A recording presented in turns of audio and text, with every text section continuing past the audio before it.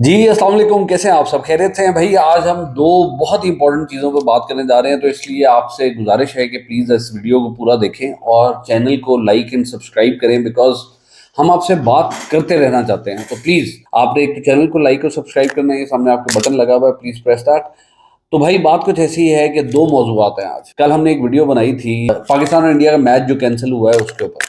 तो सिनेरियो कुछ ऐसा है कि भाई इंडियन मीडिया, उफ, इस टाइम अगर आपको एंटरटेनमेंट के लिए कोई चीज़ देखने की जरूरत है तो वो इंडियन मीडिया। उसकी वजह ये है यार, डिफरेंस अभी चैंपियंस ट्रॉफी थी, उसके अंदर इंडिया ने डिसाइड किया कि जी वो जाके दुबई खेलेंगे। तो भाई आप देखेंगे, आप अमेज्ड रह जाएंगे, एक क्लियर डिफरेंस ऑफ ओपिनियन जो पहले था और अब था कि जी स्पोर्ट्स और सियासत को अलग अलग रहना चाहिए, जबकि इनकी स्पोर्ट्स शुरू ही सियासत से होती है। और पाकिस्तान ने हमेशा कोशिश की है कि जी स्पोर्ट्स को सियासत से बालातर रख के खेला जाए, पर पहली दफा जब पाकिस्तान ने अपनी मास्टर स्ट्रोक खेली तो यार चीखों की इंतहा हो गई है और एंटरटेनमेंट के लिए कुछ और देखने की जरूरत नहीं है। अब आपको मुख्तलिफ किस्म के थ्रेट्स आ रहे हैं इस टाइम। इंडियन मीडिया के ऊपर जो बात चल रही है वो बेसिकली ये है कि जी हो सकता है पाकिस्तान के ऊपर पक्का पक्का बैन लगे। ऑब्वियसली ये पॉसिबल नहीं है। मतलब दुनिया क्रिकेट के अंदर पाकिस्तान का एक बड़ा अहम किरदार है, क्योंकि क्रिकेट चलती है फैंस के साथ। और अगर इंडिया के बाद आप देखें क्रिकेट व्यूअरशिप का नंबर है वो सबसे ज्यादा पाकिस्तानियों का है इंडिया के बाद। और बांग्लादेश की पॉपुलेशन पाकिस्तान जितनी है, पर स्टिल जो नंबर्स डिपिक्ट करते हैं वो ये कहते हैं कि जी पाकिस्तान के अंदर फैन फॉलोइंग जो है, क्रिकेट की फॉलोइंग जो है, वो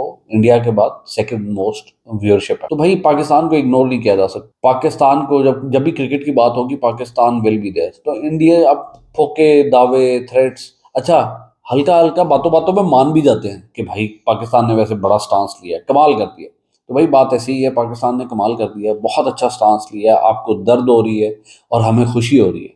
हमें वैसे दुश्मन की भी दर्द में खुशी नहीं होती, पर अभी खुशी हो रही है बिकॉज आप लोगों ने मल्टीपल दफ़ा ऐसा रवैया रखा है। और वो बांग्लादेश क्रिकेट बोर्ड के साथ जो आपने किया है, उस सारे सिनेरियो के अंदर जो इस टाइम हुआ है वो बेहतरीन आपका हल किया गया। इसके अलावा जो सेकंड टॉपिक जिसके ऊपर हम बड़ी इंपॉर्टेंट बात करना चाहते हैं जी, वो है बसंत, जो कि 26 साल बाद पाकिस्तान में उस लेवल पे बसंत मनाई जा रही है जिस तरह एक जमाने में मनाई जाती थी। इसके अंदर दो चीजें पॉइंट आउट करना बड़ी जरूरी है। एक तो इसके अंदर पाकिस्तानी अवाम का जो रवैया निकल के सामने आया, आप देखें कि जैसे ही अवाम को कोई इंटरटेनमेंट का मौका मिला सब भूल गए हकीकी आज़ादी, ये वो। इस टाइम मरियम नवाज के ओहो हो बल्ले बल्ले बेजा बेजा हुई, और कोई याद नहीं कि लीडर अंदर है। यार वैसे आप सोचो कि आपका घर वाला कोई कैद के अंदर बंद हो, आप बसंत की सेलिब्रेशंस करेंगे, तो इसका मतलब है ये नॉन सीरियस कौम है। ये जब आज़ादी के भी दावे करे उसको सीरियस नहीं लेना चाहिए। बेसिकली उनको अपनी एंटरटेनमेंट से मतलब है। जब उनको मुल्क के अंदर कोई एंटरटेनमेंट का मौका नहीं मिलता तो वो फोकस करते हैं जी फालतू की बातों पे, बिकॉज काम धंधा तो कुछ है नहीं।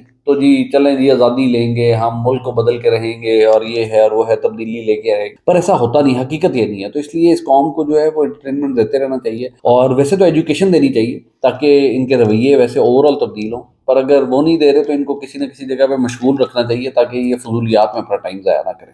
एक तो ये बात। पर दूसरी तरफ मरियम नवाज के नकाब हैं, वो लोग भी सपोर्ट कर रहे हैं इस डिसीजन को, और वो बड़ा कह रहे हैं कि जी कमाल कर दिया हुकूमत ने, क्या फैसला किया। फिर भी इस पर्टिकुलर काम के अंदर मैं ये कहूंगा कि जो ये डिसीजन है इसने ओवर शेडो कर दिया है मैनेजमेंट, बिकॉज मैनेजमेंट जो है वो कहीं ना कहीं खराब हुई। इस सारे फेस्टिवल के लिए जो मैनेजमेंट है उसका फुकदान नजर आ रहा है। बिकॉज देखें मामला तो ये था कि जी बसंत सेलिब्रेट की जाएगी, हर चीज़ गवर्नमेंट की तरफ से मैनेज्ड होगी, छुट्टी दी जा रही है, इंश्योर किया जा रहा है कि किसी का जानी नुकसान ना हो, किसी का माली नुकसान ना हो, ये इंश्योर किया जा रहा है। पर भाई धंधा गर्म हो गया। धंधा कैसे गर्म हुआ है कि इस टाइम आप जाके देखें दुकानों के ऊपर, जहाँ पे जो ये प्रोड्यूसर्स थे डोर के, पतंगों के, मन मांगे पैसों के ऊपर वो ये सामान बेच रहे हैं और कोई रोक टोक नहीं है। भाई कोई रोकने वाला ही नहीं है। आप यकीन करें कि मतलब सिफारिशें चल रही हैं। ऑब्वियसली गरीबों को भी हक है ये सेलिब्रेट करने का। एक अगर फेस्टिवल आ ही गया है तो हर बंदे को हक है कि वो सेलिब्रेट करे, पर वो कैसे करे? अगर 500,000 रुपए का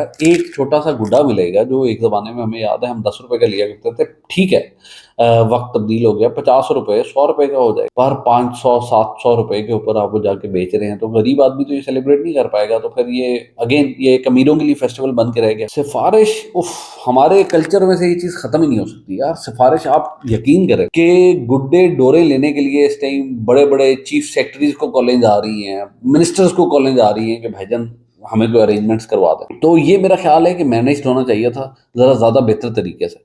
हाँ, जहाँ पे आपने ये रखा है, आपको शायद फ्री हैंड देना चाहिए था कि जी आप क्रिएट करें, हर जो लोकल प्रोड्यूसर है वो खुद से मैन्युफैक्चर करे। हाँ, जहाँ कानून की खिलाफ वर्जी करे वहां पे आप उनको रस्सी डालें, उनको डोर डालें। पनिशमेंट के डर से अगर कोई पीछे आए तो वो ज्यादा बेहतर है, बजाय कि आप गलत असूल बना के और फिर आप दो नंबरी की तरफ सारों को ले जाएं। चलें, खैर ये पहला एक्सपीरियंस था, इससे लर्न करना चाहिए और अगले साल बिल्कुल ये रिपीट होना चाहिए, पर बेहतर तरीके से रिपीट होना चाहिए। अब 2 दिन रह गए हैं भाईजान, हम तो इसलिए रो रहे हैं कि हमारे पास अभी तक ना गुड्डा है ना चल, पर हम भी कोशिश कर रहे हैं, सिफारिश करवा रहे हैं, पैसे इकट्ठे कर रहे हैं, बिकॉज बहुत महंगा है इस एंटरटेनमेंट को करना, कोई आसान बात तो। खैर ये था जी, ये 2 बातें थी आपसे करनी बड़ी जरूरी। प्लीज चैनल सब्सक्राइब करें यार, आप नहीं करते तो यार हमें कोई देख ही नहीं रहा। क्यों नहीं देख रहा? बात तो हम ठीक करते हैं, आप फजूल लोगों को देखते रहे, हमें देखा करें। चलें, ओके।